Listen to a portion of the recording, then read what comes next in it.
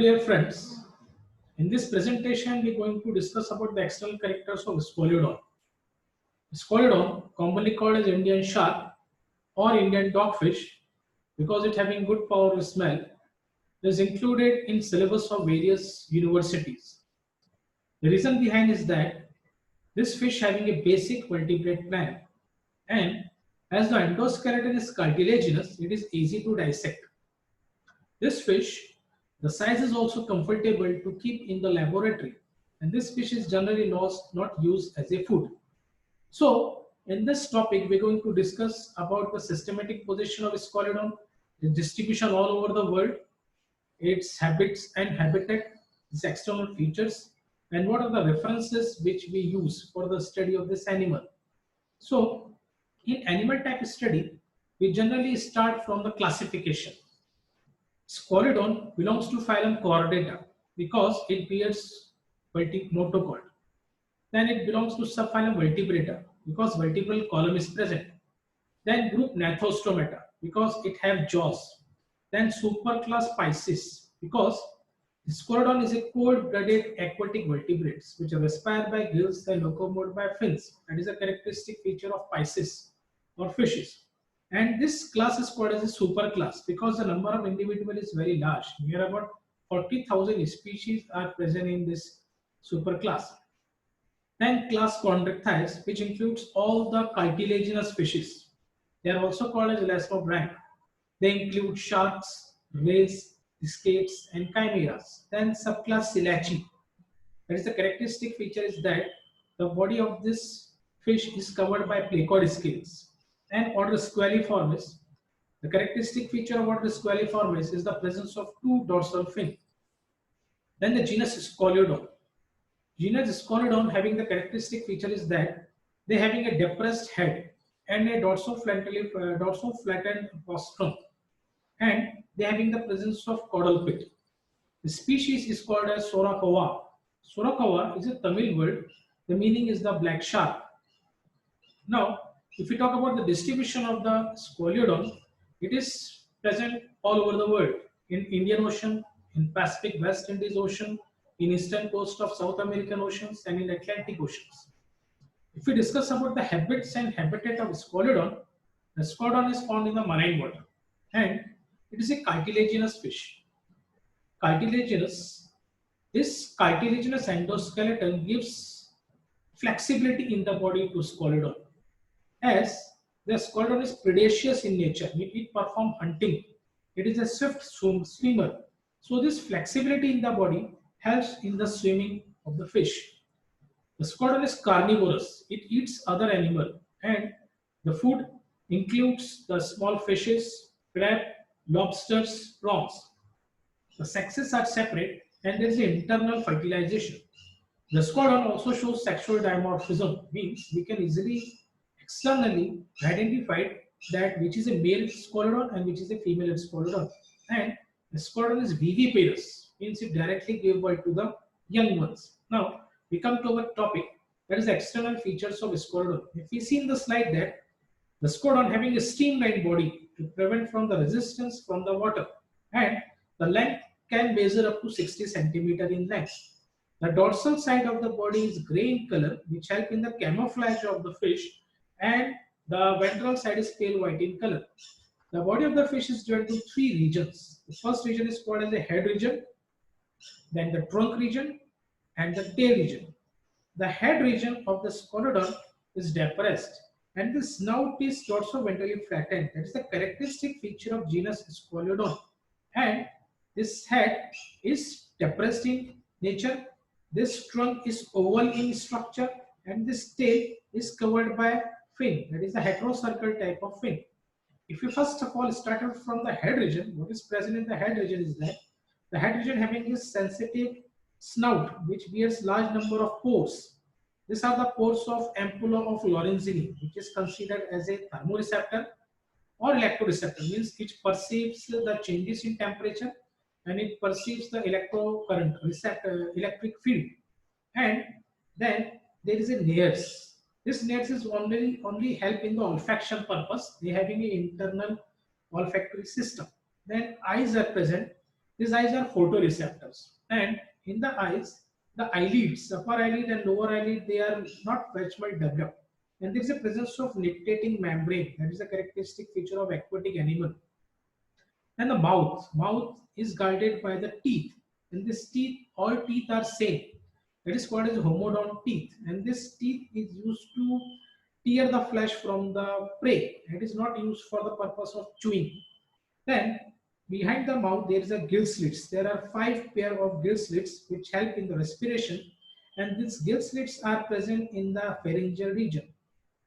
If we talk about the appendages present in the skull, these appendages are called as the fins. Here you can see there, these are the fins which help in the locomotion.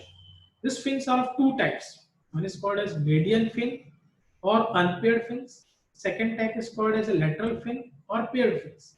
First of all, we discuss about the lateral fin and paired fin. This pectoral fin, this is a paired fin or lateral fin. Why this is called as a pectoral fin? Because it is present in the pectoral region or shoulder region. That's why it is called as a pectoral fin. Then it is having this fin base, supported by this fin base. Behind this pectoral fin, there is another paired fin, so lateral fins called as pelvic fin, because this is present in the pelvic region. So these two fins which help in the locomotion, pectoral fin and pelvic fin, these are the paired fins, and the remaining 3 are the unpaired fins. So first of all is the dorsal fin. This dorsal fin is an example of a median fin or unpaired fins. This dorsal fin, in the case of its Scolodon, there are 2 dorsal fins, first dorsal and second dorsal. Why it is called as dorsal fin? Because it is present in the dorsal region of the body. Second type of unpaired fin is the anal fin or ventral fin, because it is present near the anus. And then the last unpaired fin is the caudal fin. This caudal fin is the fin which is present in the tail region of the Scolodon. Now this caudal fin is a characteristic feature of cartilaginous fishes, because this type of caudal fin is called as heterocercal caudal fin or heterocercal tail. That means it bears 2 unequal lobes or unsymmetrical lobes. The above lobe is called as epicaudal lobe. It is reduced, and the below, which is developed lobe, is called as hypocaudal lobe. And both these lobes are different. That is the characteristic feature of the cartilaginous fishes. The superclass Pisces is divided into 2 classes: chondrichthyes and osteichthyes. Chondrichthyes include the cartilaginous fishes. The example which we are discussing is the Scoliodon. The second category is the osteichthyes fishes or the bony fishes. They are having bony endoskeleton.